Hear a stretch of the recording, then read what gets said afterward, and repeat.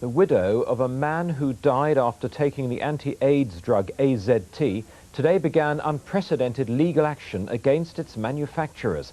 Her husband was HIV positive but had not yet developed AIDS when he died. Sue Threakell claims AZT killed her husband Bob, not AIDS.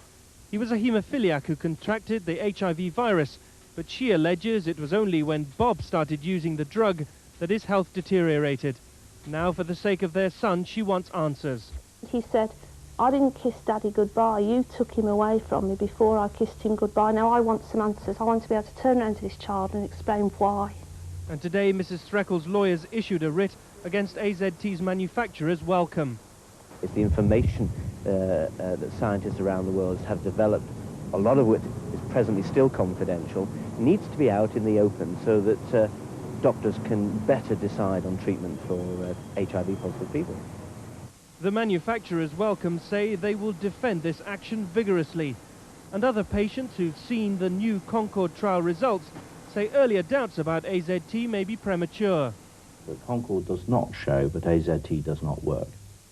Being the first of its kind, Sue Threakell's case will now be watched closely around the world by scientists and patients alike. Eric Macinnes, ITN, at the High Court in Liverpool. A widow began legal action today against the pharmaceuticals company Wellcome over its controversial anti-AIDS drug AZT. Her husband, who was HIV positive, had been taking it for 18 months up to his death 2 years ago. Eric Macinnes reports from Liverpool.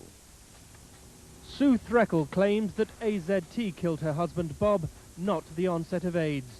He was a haemophiliac who contracted the HIV virus, and his wife alleges it was only when Bob started taking the drug that he became very ill and died.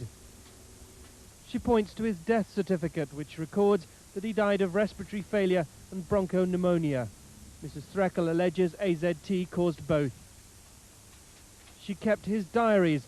She claims before AZT his life was full. Children's school plays, shopping, all sorts of normal things. But after the treatment began, she alleges, He was sick all week there. And again.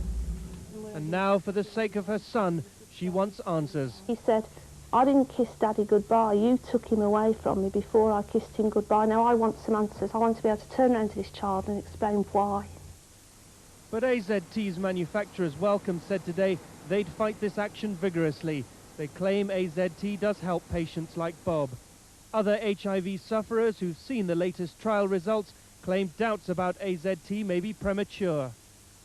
Nobody's suggesting that one drug alone is going to be the answer.